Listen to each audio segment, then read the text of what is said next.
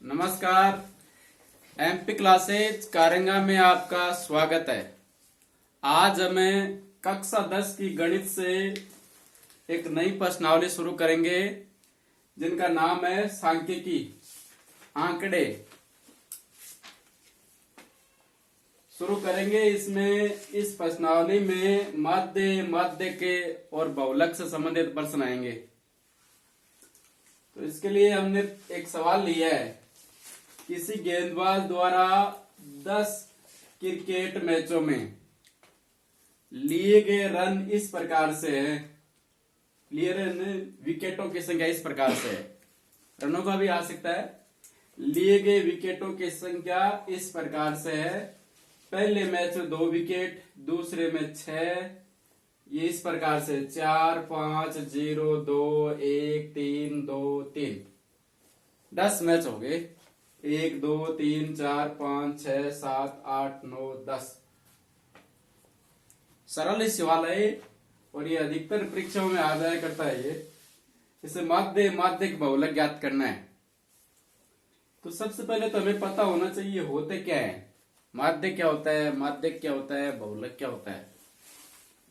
माध्य होता है आंकड़े यदि दे रखे है तो आंकड़ों का योग बट्टा आंकड़ों की संख्या। इसमें आंकड़े यही है। आगे वर्ग अंतराल के सवाल आएंगे, उसमें माध्य ज्ञात करने का अलग सूत्र लगेगा। लेकिन यदि आंकड़े दे रखे हैं तो उनके लिए माध्य क्या होता है। जितने आंकड़े उन सबको जोड़ो और कितने उतने का भाग दो, ये होता है माध्य। माध्य बीच का आंकड़ा चयन करना है। माध्य का मतलब बीच का आंकड़ा। जैसे मैं 10 मैच खेले तो बीच में कौन सा मैच हो गया। मान लो 9 खेलता वो खिलाड़ी तो या 9 मैच ही होते तो 5वां नंबर का मैच है वो क्या हो जाता है बीच में। लेकिन इसमें 5वां नंबर ध्यान नहीं रखना, इसमें आंकड़ों को ध्यान रखना है। माध्यक में इसमें विशेष ध्यान रखना है हमें।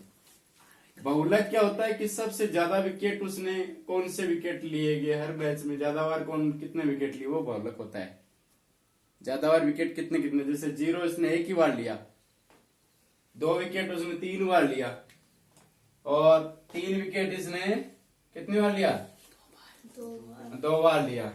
तो इसमें बहुलक का मतलब सबसे ज्यादा बार विकेट लिए वो विकेट बताना है हमें। तो सबसे पहले शुरू करेंगे हमें माध्य। माध्य बराबर क्या होता है, आंकड़ों का योग बट्टा आंकड़ों की संख्या। प्रेक्षणों का योग बट्टा प्रेक्षणों की संख्या। तो माध्य ये आंकड़े दे रखे सीधे ही।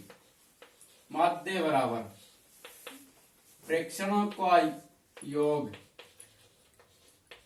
प्रेक्षणों का योग बट्टा प्रेक्षणों की संख्या, या आंकड़ों का योग बट्टा आंकड़ों की संख्या, प्रेक्षणों की संख्या। सरल ये माध्य 2 + 6 + 4 + 5 + 0 + 2 + 1 + 3 2 + 3, ये तो योग हो गया। नीचे 10 प्रेक्षण मतलब कितने मैच थे, या इसको ऐसे भी बना सकते हैं कुल रनों की संख्या, नहीं कुल विकेटों की संख्या बट्टा कुल मैचों की संख्या। कुल विकेटों की संख्या बट्टा कुल मैचों की संख्या। 2, 6, 8, 4, 12, 5, 17, 2, 19 और 1, 20, 20 और 3, 23, 23 और 5, 28, 23, 2, 25, 25 और 3, 28। एक बार और देख लो। 2, 6, 8, 8, 4, 12, 12, 5, 17, 17, 2, 19, 19 और 1, 20, 20 और 3, 23, 23, 2, 25, 25 और 3, 28। तो 28 बट्टा 10 किसी भी संख्या में 10 का भाग देते हैं तो दशमलव बीच में आता है। एक अंक पर लग जाता है हाँ। ना, इधर से एक अंक पर, तो 8 के बाद में लग जाएगा, तो इसका माध्य आ जाएगा 2.8 विकेट। फिर माध्य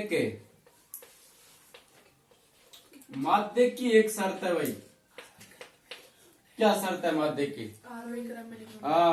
आंकड़ों को हमें आरोही क्रम में लिखना है। माध्य का मतलब होता है बीच का बताना है, तो इसको ऐसे नहीं कि जैसे 1 2 3 4 5 6 7 8 9 10 है तो बीच का ये हो गया या ये हो गया, नहीं, पहले हमें आंकड़े लिखने आरोही क्रम में, और आरोही क्रम में लिख कर बाद में देखना आंकड़े सम है कि विषम है।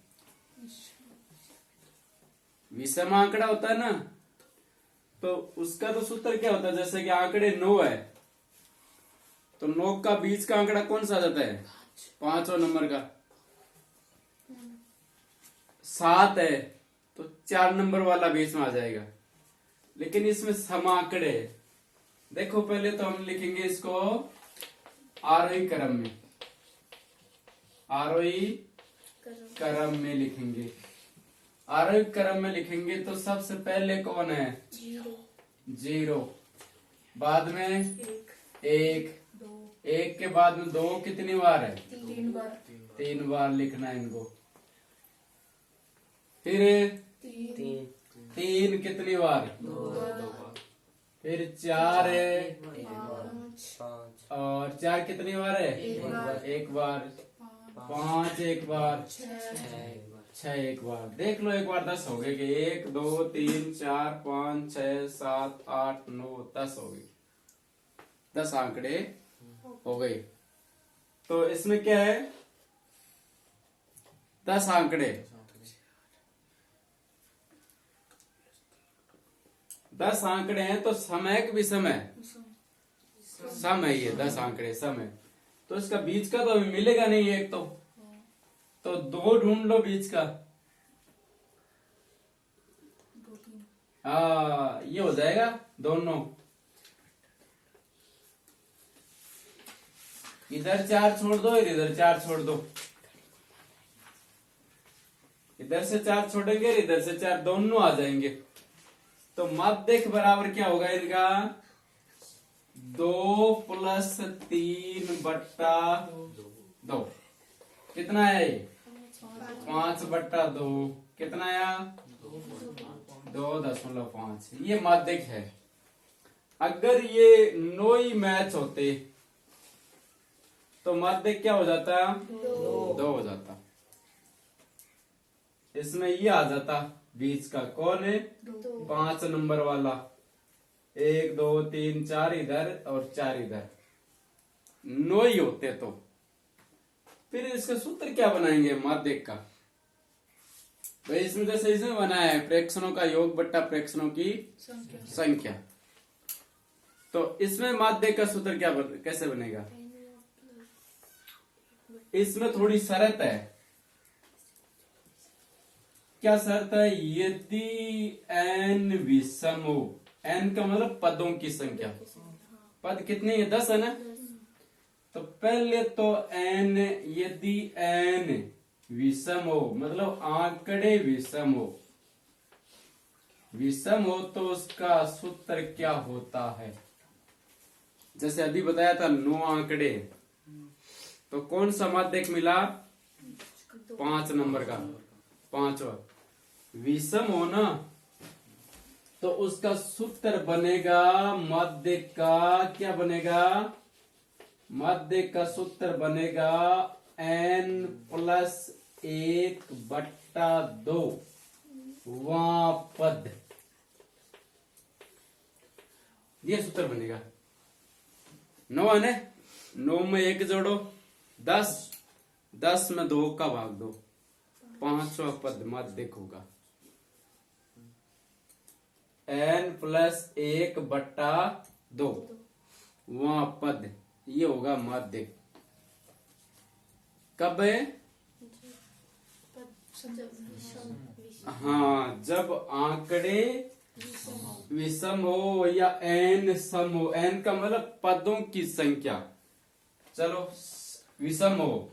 अब यदि सम हो तो सम का तो हमने किया ही है। यदि n सम हो, आंकड़े सम हो, तो माध्य का सूत्र क्या बनेगा? क्या बनेगा? n/2 plus n+1/2, n/2 plus 1। मतलब जैसे 10 पद थे, तो 10 पद में कौन सा मिला हमें? 5वां। तो 5 10 में 2 का भाग देंगे 5, और n/2वां पद प्लस n/2 प्लस 1वां पद, और एक के दो नाम बाकी को दिशा 2 को। ये सूत्र बनता है इसका। 10 थे ना, n/2, 10 में 2 का भाग दिया कितना?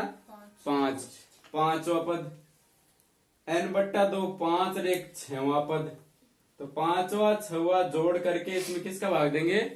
2 का। ये सूत्र बन गया। इसमें ज्यादा कोई इसमें कंफ्यूज होने की जरूरत नहीं है, क्योंकि ये सूत्र कैसे बना? ये इसमें कुछ भी नहीं है। इसमें n+1/2 है। हैं? पेपर में इनको जरूरत नहीं है लिखने की विशेष कोई। ये हमें तो ये आना चाहिए।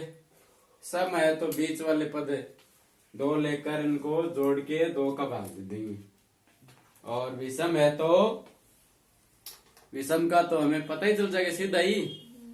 हाँ, ये सूत्र बनाइए तो देखो, अगर विषम है मतलब 7 आंकड़े, तो 7 + 1 8, 8 में 2 का भाग दे दिया, 4 नंबर का मध्यक हो जाएगा। 4 नंबर वाला कब है? आंकड़े यदि 7 हो तो। आंकड़े 10 है तो 5वां और 6ठा पद जोड़ो। ये लो 5वां n/2वां पद, n/2 प्लस 1। ये ध्यान रखना, ये एक इन में फर्क है। देखो ये एक अलग है, ये एक अलग है। देखो ये, और ये है ना 1 9 प्लस n+1/2, ये दोनों के नीचे लगा है। इसमें ये n इनके बट्टा में है, इनके नहीं है। n/2वां पद प्लस n/2 प्लस 1वां पद, 1वां पद का डिवाइड बाई 2, 2 का भाग और 2 इसमें, वो आएगा माध्यक। तो अगला है इसका बहुलक। बहुलक तो सबसे सरल है ही है। सबसे ज्यादा बार कोई आरोही क्रम में लिखना, कोई अवरोही क्रम में लिखना। हमें ये देखना सबसे ज्यादा बार आंकड़ा कौन सा आ रहा है, कि उस गेंदबाज ने सबसे ज्यादा विकेट कौन से लिए, कितने लिए। तो सबसे ज्यादा सुनकर 5 मत बोल देना कि 5 लिए या 6 लिए ना, दो मतलब अधिकतम बार रिपीट कहते हैं ना, ये हैट्रिक बन गई।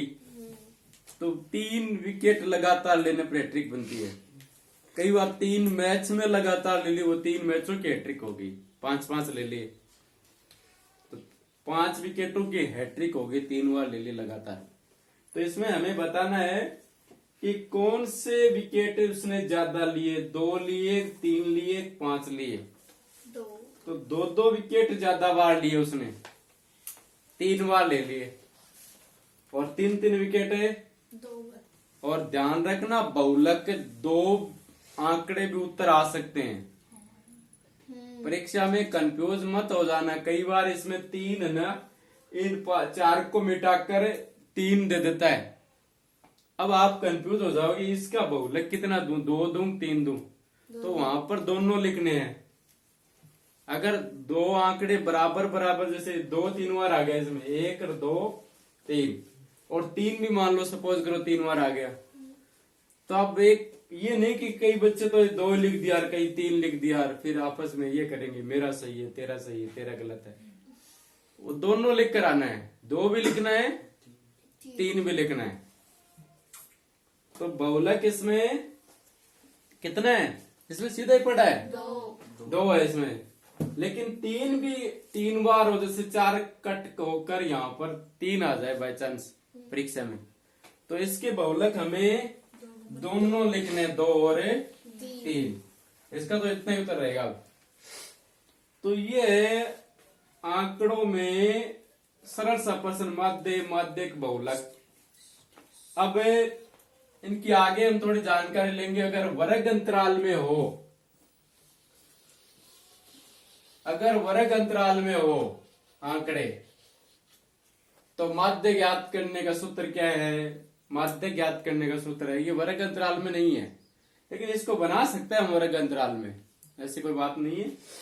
इनमें भी सूत्र हम लगा सकते हैं, वो सब आगे जो सूत्र है ना वो सब लगा सकते हैं। तो पहला है माध्य ज्ञात करने की 3 विधियां हैं। माध्य, और माध्य का संकेत क्या होता है? एक्स बार बराबर होता है सिग्मा एफ आई एक्स आई बट्टा सिग्मा एफ आई। और इस विधि का नाम क्या है? प्रत्यक्ष विधि। कक्षा 9 में भी हमने इसके बारे में पढ़ा था, प्रत्यक्ष विधि।